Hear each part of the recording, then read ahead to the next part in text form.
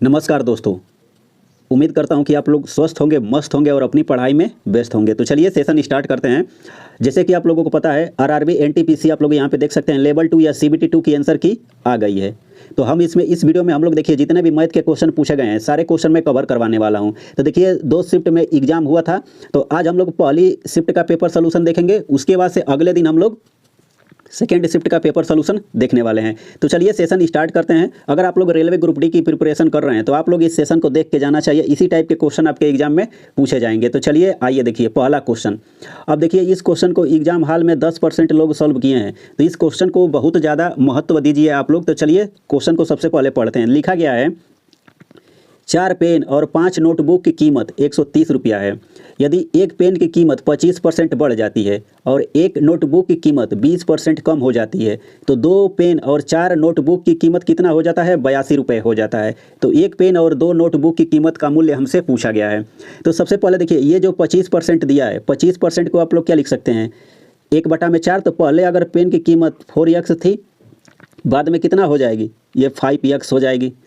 उसके बाद से देखिए पुनः इसको आप लोग P बना देता हूँ मैं, P से डिनोट कर लीजिए। और एक और दे दिया गया है और इसको यहाँ से, और दूसरा कंडीशन क्या दिया गया है? नोटबुक, यानी यन को क्या बोला है? कीमत 20% कम हो जाती है, तो 20% को 1/5 लिख सकते हैं। तो ये 5y से ये कितना हो जाएगा? ये 4y हो जाएगा। उम्मीद करता हूँ कि इतना समझ में आ गया होगा।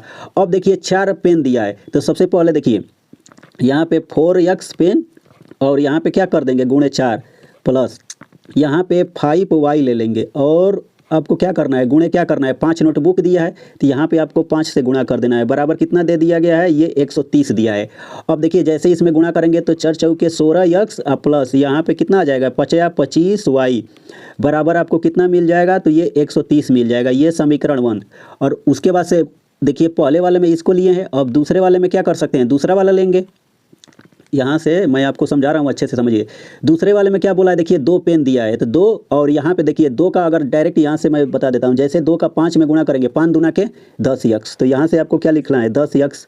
अब प्लस देखिए 4 चौके यहाँ पे 16, तो डायरेक्ट आपको क्या लिखना है? 16y बराबर, 16y बराबर कितना हो गया है? ये 82 रुपये हो गया है। ये इक्वेशन 2 हो गया। बस xy का मान निकाल देंगे तो हमारा आंसर आ जाएगा। अब देखिए जैसे अगर आप लोग इसको इक्वल करेंगे, देखिए यहाँ पे 16 है, यहाँ पे 10 है। अगर समीकरण 1 में सोचिए अगर 5 से हम लोग गुणा कर देते हैं तो 16 5 80 हो जाएगा और 25 5 125। अगर इस वाले में 80 बनाना है तो इसमें 8 से गुणा कर देंगे। फर्दर जैसे अगर आगे हम लोग सॉल्व करते हैं तो हमें क्या मिल जाएगा? देखिए ये 80, 16 5 80, यहाँ पे 10 8 80, 80 से 80 कट जाएगा। अब देखिए यहाँ पे 25 5 125 हो जाएगा और 16 8 128। 128 में से अगर आप लोग 25 घटा देंगे तो आपको कितना मिल जाएगा? यहाँ से समझ जाइए -3y मिल जाएगा। उसी प्रकार 13 का अगर 5 में गुणा करते हैं तो 13 5 65 यानी 650, यानी 82 का अगर 8 में गुणा करेंगे तो देखिए 8 8 64, 640, 8 दूना के 16, अगर 40 में 16 जोड़ देंगे तो कितना आ जाएगा? यानी 656। अब 50 यहाँ से घटाना है तो यहाँ पे कितना मिल जाएगा? -6। तो डायरेक्ट यहाँ से y बराबर हमें कितना आ जाएगा? y बराबर 2 आ जाएगा। अब उसके बाद से यक्स का मान निकालना है, या तो इक्वेशन 1 में रख दीजिए या तो इक्वेशन नंबर 2 में रख दीजिए। जैसे अगर आप लोग आगे सॉल्व करेंगे तो यक्स बराबर आपको कितना मिल जाएगा? 5 मिल जाएगा।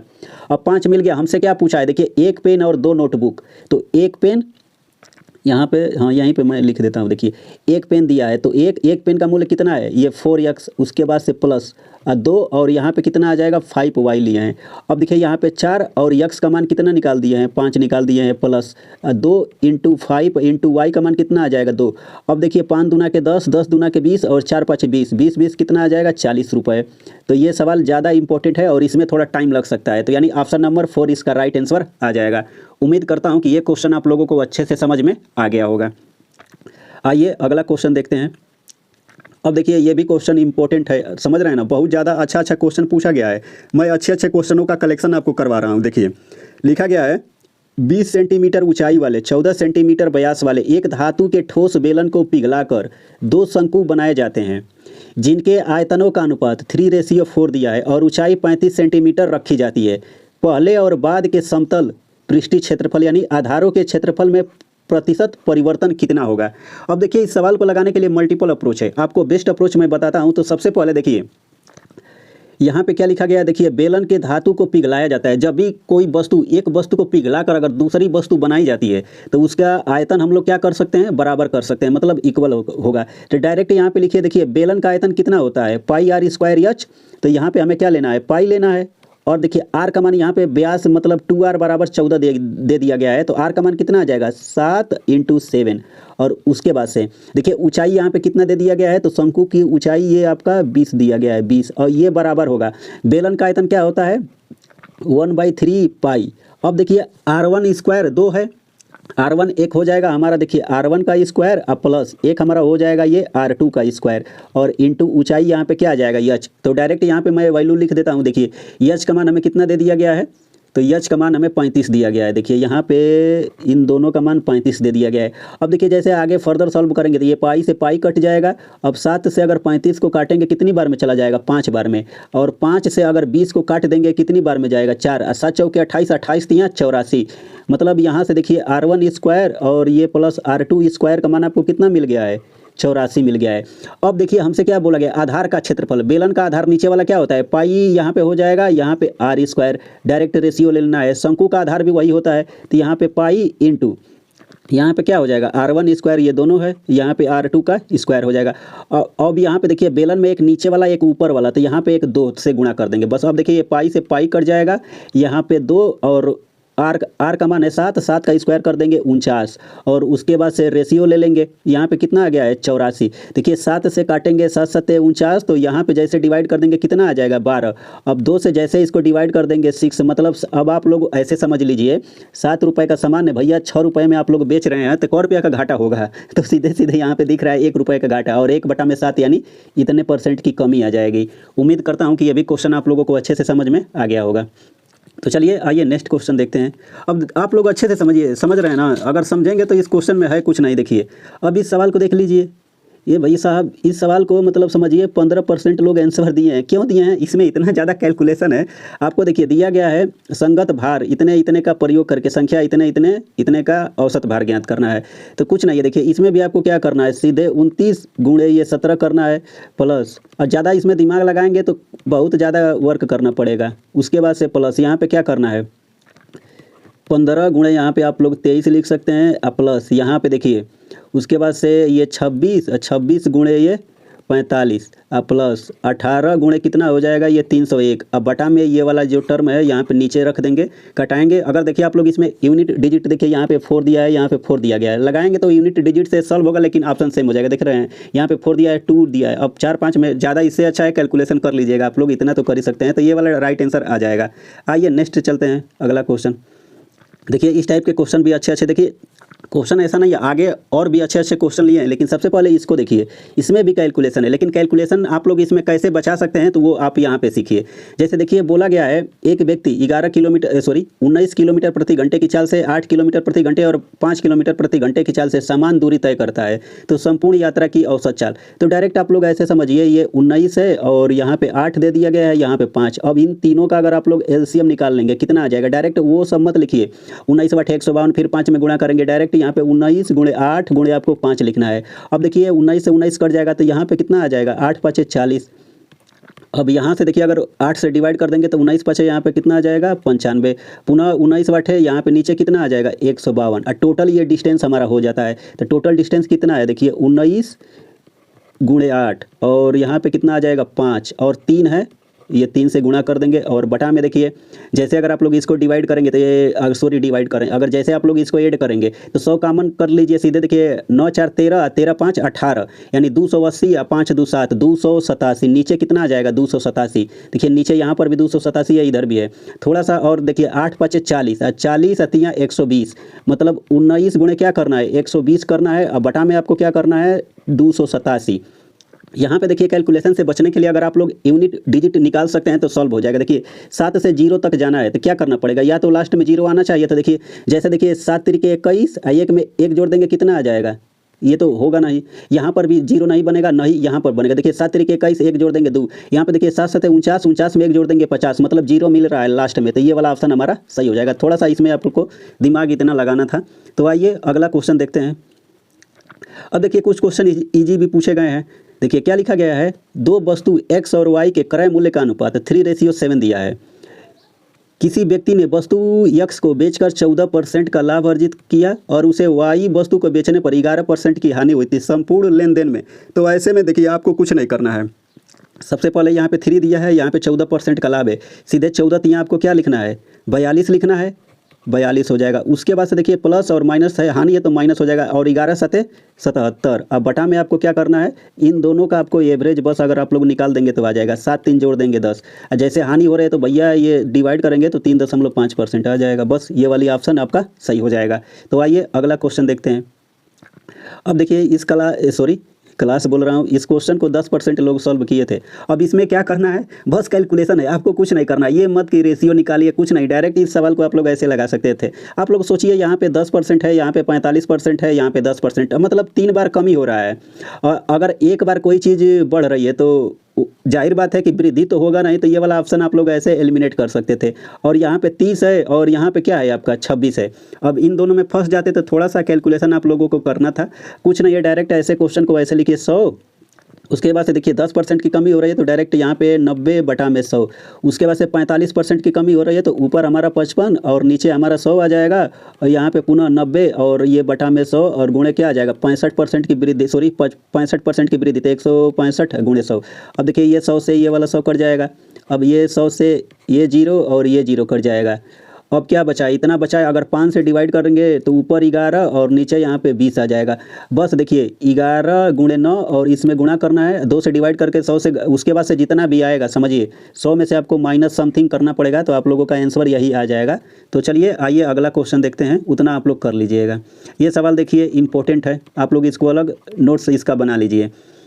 लिखा गया है 81 मीटर लंबी, इतने मीटर 29 मीटर ऊंची और 0.8 मीटर मोटी दीवार बनाने के लिए आवश्यक 72 सेंटीमीटर, 50 सेंटीमीटर और 25 सेंटीमीटर माप वाली ईंटों की संख्या ज्ञात कीजिए। ईंटों की संख्या पूछा गया है, जबकि रेत और सीमेंट के मिश्रण दीवार के कुल आयतन का 40% है। मतलब रेत और डायरेक्ट आप लोग देखिए यहाँ पे मीटर दिया है, यहाँ पे सेंटीमीटर में, तो दोनों बात इसको सबसे पहले तो इधर वाले को सेंटीमीटर में बदलेंगे। तो ऐसे क्वेश्चन को आपको कुछ नहीं, यहाँ पे 81 गुणे आप लोग सेंटीमीटर में बदलेंगे 100 और गुणे वॉल्यूम निकाल रहे हैं, गुणे कितना आ जाएगा 29 गुणे 100 और उसके बाद से प्लस गुणे यहाँ पे 8 इंटू देखिए 100 से गुणा कर देंगे तो 10 1 बच जाएगा। हमें यन निकालना है संख्या, और ये बटा में कितना आ जाएगा, बटा में आपका डायरेक्ट यहाँ से जैसे अगर लिखेंगे तो नीचे आपको क्या लिखना है, देखिए 72 और उसके बाद से यहाँ पे 50 और यहाँ पे कितना आ जाएगा, ये 25 आ जाएगा। अब देखिए इसी में आपको क्या करना है, देखिए 60% क्या घेर रहा है, देखिए रेत और सीमेंट जो है 60% स्थान घेर रहे हैं, तो खाली कितना होगा इसका 60%। 60% का मतलब क्या होता है, 60% का मतलब होता है, मान लीजिए लिख लीजिए, या 3/5 होता है, डायरेक्ट ये 0 से 0 कट जाएगा। अब देखिए सबसे पहले ये 10 से ये 10 को डिवाइड कर दीजिए, कट गया। अब देखिए यहाँ पे 25 है, तो 1 सेकेंड चेंज कर देते हैं कलम थोड़ा। अब देखिए यहाँ पे 25 दिया है, 25 से अगर ये 100 को डिवाइड कर देंगे कितनी बार में चला जाएगा, 4 बार में। अब 50 और यहाँ पे दूना के 100, देखिए 9 9 81 और 9 8 72। अब देखिए ये 8 से 4 दूना के ये 8 कट जाएगा। अब हमें क्या मिला है, देखिए हमें मिला है 9 गुणे 29 और गुणे 8 और गुणे क्या मिला है 6। देखिए यहाँ पे यूनिट डिजिट आप लोग देख सकते हैं अलग अलग दिया है, तो डायरेक्ट इसमें हम लोग वर्क करते हैं। देखिए 9 9 81 1 गुणे यहाँ पे 8 गुणे 6 8 6 48, लास्ट में 8 आ रहा है, यानी ऑप्शन नंबर पहला आप लोगों को राइट आंसर आ जाएगा। उम्मीद करता हूँ कि ये भी क्वेश्चन समझ में आ गया होगा। तो आइए नेक्स्ट क्वेश्चन देखते हैं। अब देखिए इस सवाल को एग्जाम में 7% लोग सॉल्व किए हैं, हालांकि इसमें कुछ है नहीं, समझिए कैसे सॉल्व होगा, क्योंकि मैं आपको डाटा भी बता रहा हूँ कितने % लोग इसका आंसर दिए हैं। देखिए लिखा गया है x जो है y q के व्युत्क्रमानुपाती है, तो जब y बराबर 4 दिया है और y बराबर 4 होने पर x 6 के बराबर है, तो y बराबर 8 पर x का मान। तो सबसे पहले देखिए हमें क्या कंडीशन दिया है, x जो है 1/y व्युत्क्रमानुपाती मतलब क्या होता है, यही होता है -1 के बराबर है। तो यहाँ से अगर x बराबर यहाँ पे k ले लेते हैं और गुणे बटा में 1/, हमें क्या करना है y यहाँ पे q -1। अब देखिए x का मान यहाँ पे क्या दिया है 6 दिया है, तो डायरेक्ट यहाँ पे 6 लिखेंगे इंटू k लिखेंगे, और बटा में क्या हो जाएगा हमारा, देखिए y का मान 4 4 का क्यू कर देंगे 64, 64 में से ये घटा देंगे कितना आ जाएगा 63। ओवरऑल मतलब k बराबर हमें कितना मिल गया है 6 गुणे 63 मिल गया है। पुनः देखिए ये जो आया है इसको इक्वेशन 1 बना लीजिए। जैसे अब फर्दर आगे इसमें रखेंगे यक्स बराबर हमें क्या लेना है, देखिए के, अब बटा में आ जाएगा हमारा वाई क्यू माइनस 1 आ जाएगा। अब देखिए जब वाई बराबर 8 लेना है तो यक्स का मान हमसे पूछा है, तो डायरेक्ट यहाँ पे देखिए के का मान क्या निकाले हैं, 6 गुणे यहाँ पे 63 हो जाएगा, और बटा में यहाँ पे हमारा क्या आ जाएगा वाई का मान है 8, 8 का क्यू कर देंगे 512, एक घटा देंगे कितना आ जाएगा 511, 7 से डिवाइड कर देंगे 7 7 49, 7 तिरिके 21 और 7 9 63, मतलब यक्स बराबर आपको कितना मिल गया, देखिए एक ही ऑप्शन में 73 दिया है, सीधे सीधे यहाँ पे कितना आ जाएगा 54 बटा में ये 73 आ जाएगा, यानी सेकेंड वाला ऑप्शन इसका राइट आंसर आ जाएगा। उम्मीद करता हूँ कि ये भी क्वेश्चन समझ में आ गया होगा। तो आइए अगला क्वेश्चन देखते हैं। देखिए इसको भी अच्छे से समझिए। देखिए लिखा गया है 2 कर्मचारियों का वेतन 3:4 है, यदि पहले वेतन में 40% वृद्धि, तो ऐसे में सीधे यहाँ पे एक जीरो बढ़ा लीजिए अपने मन से, क्योंकि कैलकुलेशन परसेंटेज में दिया है तो आसान रहेगा। इसका हमें 10% निकालना है, उसके बाद से इसको क्या बोला गया, देखिए 20% की वृद्धि, इसका 20% निकालना है। 30 का अगर 10% निकाल देंगे +3 आ जाएगा। अब +3 जैसे इसमें निकालेंगे जोड़ देंगे कितना आ जाएगा 33, 33 देखिए 33 सब में दिया है तो थोड़ा सा और कार्य करना पड़ेगा। 40 का 20% निकालेंगे 8, तो प्लस इसमें 8 ऐड कर देंगे कितना आ जाएगा 40 8 48। अब 3 से डिवाइड हो रहा है तो 11 रेशियो कितना आ जाएगा 16 आ जाएगा, मतलब ये पहला वाला ऑप्शन इसका राइट आंसर आ जाएगा। आइए अगला क्वेश्चन देखते हैं। देखिए लिखा गया है 3 संख्याओं का औसत 49 दिया गया है। पहली संख्या दूसरी संख्या की 2 गुनी है और दूसरी संख्या तीसरी संख्या की 2 गुनी है। तो बड़ी संख्या ये मान लीजिए ये पहली संख्या है, ये आपका सेकेंड वाली है और ये आपका क्या है थर्ड संख्या है। सॉरी, अब देखिए बोला गया है तीसरी संख्या दूसरी संख्या से 2 गुनी है। सॉरी, दूसरी जो संख्या है तीसरी संख्या की तीसरी संख्या यक्स ये 2 और दूसरी संख्या का पहली संख्या 2 गुना, मतलब ये 4 हो जाएगा।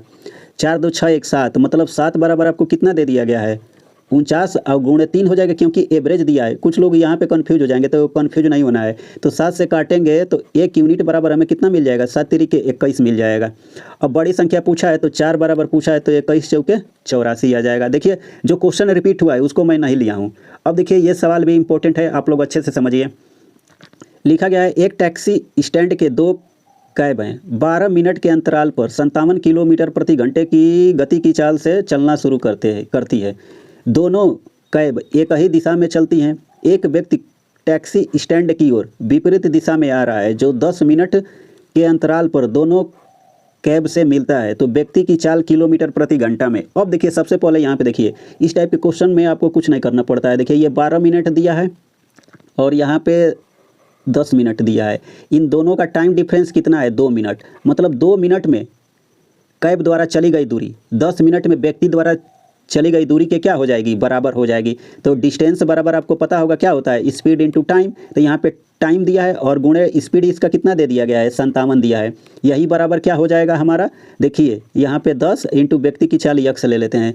अब देखिए 57 दुना के कितना हो जाएगा तो 114 और इसी को 10 से डिवाइड कर देंगे तो ये बराबर कितना मिल जाएगा आपको 11.4 मिल जाएगा। तो यक्स का मान कितना आ जाएगा 11.4, यानी सेकेंड वाला ऑप्शन इसका सॉरी सेकेंड वाला ऑप्शन इसका राइट आंसर आ जाएगा। आइए नेक्स्ट क्वेश्चन देखते हैं।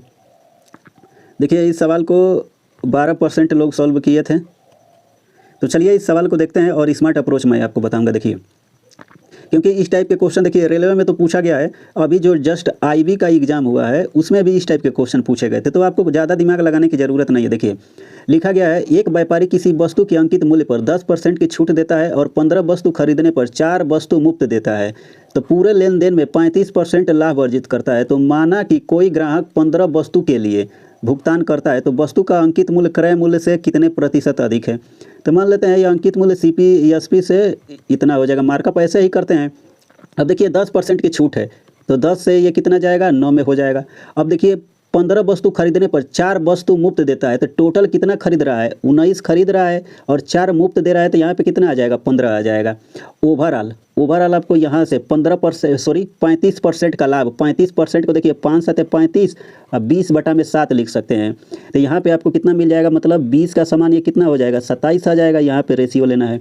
अब देखिए डायरेक्ट यहाँ से CP से मार्कअप आपको डायरेक्ट निकालना है, तो इसका इसमें गुणा करना है, पुनः इसका इसमें गुणा करना है। तो हम लोग डायरेक्ट यहाँ पे लिखेंगे, क्या लिखेंगे 20 गुणे 9 और यहाँ पे कितना आ जाएगा 15। रेशियो क्या ले लेना है 27 गुणे यहाँ पे 10 और गुणे कितना आ जाएगा 19 आ जाएगा। देखिए 9 से काटेंगे 9 3 27, यहाँ पे कितना आ जाएगा 3, 3 से डिवाइड कर देंगे 3 5 15, 5 से इसको डिवाइड कर देंगे कितनी बार चला जाएगा 2, और 2 से इसको डिवाइड कर देंगे यानी 10। अब आप लोग ऐसे समझिए 10 रुपये का सामान है 19 रुपये में जा रहा है, कितने का फ़ायदा हो रहा है 9 का, किस पे 10 पे तो मार्कअप करना है, गुणे 100 कर देंगे तो 90%। आप लोग ये वाला ऑप्शन यानी चौथा ऑप्शन इसका राइट आंसर आ जाएगा। तो उम्मीद करता हूँ कि ये भी समझ में आ गया होगा। आइए नेक्स्ट क्वेश्चन। इस सवाल को डायरेक्ट आप लोग बताएं कैसे, अगर थोड़ा सा आप लोग स्मार्ट अप्रोच सोचेंगे तो देखिए इस सवाल में ना एक और तरीके से लगाया जा सकता है। कैसे, तो आप लोग उसको भी देख लीजिए। जैसे देखिए यहाँ पे टोटल कितना खरीद रहा है, ये 19 हो जाएगा, ये टोटल इतना खरीदेगा। देखिए इस पे 35% का लाभ हो गया है, और इधर वाले पे 15 आप लोग यहाँ पे ले लीजिए और यहाँ पे 35% का लाभ। तो यहाँ पे आपको क्या करना पड़ेगा 135 करना पड़ेगा इसका रेशियो, और 15 या 10% की छूट दे रहा है तो गुणे यहाँ पे क्या कर देंगे 90 कर देंगे। तो वैसे भी आ जाएगा। देखिए 15 9 जैसे डिवाइड करेंगे 135 और 9 10 के 90 यानी 10 रेशियो कितना आ जाएगा 19। ये 10 का है तो 9 रुपया मार्कअप, 9/10। ऐसे भी हो सकता है। आप लोग डायरेक्ट ऐसे अगर ये मेथड सीख लेंगे तो कभी भी आपको कन्फ्यूज एग्जाम में नहीं हो पाएंगे। तो रटना नहीं है, ये प्रोसेस है, आप लोग इसको समझिए, क्योंकि ज़्यादा क्वेश्चन लगाने के बाद ना वो ऑटोमेटिक प्रैक्टिस आने लगती है। आप लोग भी शॉर्ट अप्रोच बना सकते हैं। लिखा गया है शुद्ध घी का मूल्य 112 पर केजी है। कोई बेईमान दुकानदार इसे 56 पर केजी मूल्य वाले वनस्पति तेल की मिलावट के बाद इस मिश्रण को 91 रुपये की दर से बेचता है यानी 30% का मतलब क्या होता है 3/10। अब मतलब देखिए 10 रुपये का सामान है 13 रुपये में जा रहा है, तो 13 की यूनिट आपको कितना दे दिया गया है 51। तो 1 की यूनिट कितना आ जाएगा 7, 10 यूनिट बराबर निकाल देंगे कितना आ जाएगा 70। अब देखिए डायरेक्ट यहाँ पे 112 दिया था, अब आप लोग इसमें एलिगेशन लगा सकते हैं। क्यों, क्योंकि सीपी पे हमेशा एलिगेशन लगता है। यहाँ पे 70 ले लेंगे, इसका यहाँ पे डिफरेंस निकाल देंगे तो कितना आ जाएगा यहाँ पे 14, और यहाँ पे आपका आ जाएगा 42। तो 1:3 यानी चौथा वाला ऑप्शन सही हो जाएगा। आइए नेक्स्ट क्वेश्चन देखते हैं। देखिए लिखा क्या गया है, देखिए 30 विद्यार्थी के समूह का औसत कितना है 70 है, 20 विद्यार्थी अन्य समूह के औसत 50 दिया गया है, तो दोनों का एवरेज आप लोग ले लीजिए। यहाँ पे ऐसे क्वेश्चन में आपको एवरेज निकालना है। क्या करना है, देखिए 30 है तो ये यहाँ पे 0 हो जाएगा। अब देखिए ये 0 से 1 0 काट लीजिए, तो सीधे सीधे देखिए ये 30 है और 70 में गुणा करेंगे तो 7 तरीके 21, 210। अब प्लस यहाँ पे 2 है, 2 का सीधे डायरेक्ट आपको क्या करना है 8 80 का 2 में गुणा करना है, तो 8 दूना के 16 160, और बटा में 3 और 2 5 आपको कर देना है। तो ऐड कर देंगे तो कितना आ जाएगा ये 370, अब बटा में क्या आ जाएगा हमारा 5। तो जैसे इससे डिवाइड करेंगे तो एवरेज कितना आ जाएगा हमारा 74 आ जाएगा। तो इसका right answer option number B हो जाएगा। आइए नेक्स्ट क्वेश्चन देखते हैं। अब देखिए इसको भी आप लोग इम्पोर्टेंट बना लीजिए क्योंकि अच्छा क्वेश्चन है। लिखा गया है धारा की दिशा की चाल, धारा की दिशा में चाल 125 किलोमीटर प्रति घंटा है, धारा के विपरीत दिशा में 25 किलोमीटर प्रति घंटा है। किसी स्थान तक वापस जाने और आने में कुल 25 घंटे लगते हैं, तो नाव द्वारा तय की गई कुल दूरी। अब मान लीजिए कोई भी नाव है, यहाँ से और यहाँ पे स्थान है, तो जैसे जाएगी मान लेते हैं ये x किलोमीटर की दूरी तय कर रही है। ओवरऑल आप लोग ऐसे समझिए, x मानेंगे तो ज़्यादा टाइम लग जाएगा। इसमें हम लोग ना x बराबर मान लेते हैं 1 यूनिट, समझिए। अब आपको देखिए यहाँ से डायरेक्ट क्या लग जाएगा 125 प्लस यहाँ पे आप लोग निकाल सकते हैं 25, और यही बराबर क्या हो जाएगा t हो जाएगा, क्योंकि समय बराबर दूरी बटा में चाल होता है। तो एलसीएम जैसे यहाँ पे निकाल देंगे कितना आ जाएगा 125, तो यहाँ पे 1 प्लस 25 5 125, और बराबर t का मान कितना दे दिया गया है 25 दिया गया है। देखिए 5 1 6 यानी सीधे सीधे आप लोग 6 यूनिट बराबर लिख सकते हैं। अगर 25 का 125 में गुणा करेंगे तो ये कितना आता है 31 25 आता है। ये तो सभी को रटा होना चाहिए। कितना आ जाएगा ये 31 25 आ जाएगा। देखिए जाने में 1 किलोमीटर, आने में 1 किलोमीटर, कुल मिलाकर हमें 2 यूनिट का मान निकालना है। 2 यूनिट बराबर क्या हो जाएगा, देखिए 31 25 गुणे 2, अब बटा में आपको क्या कर लेना है 6।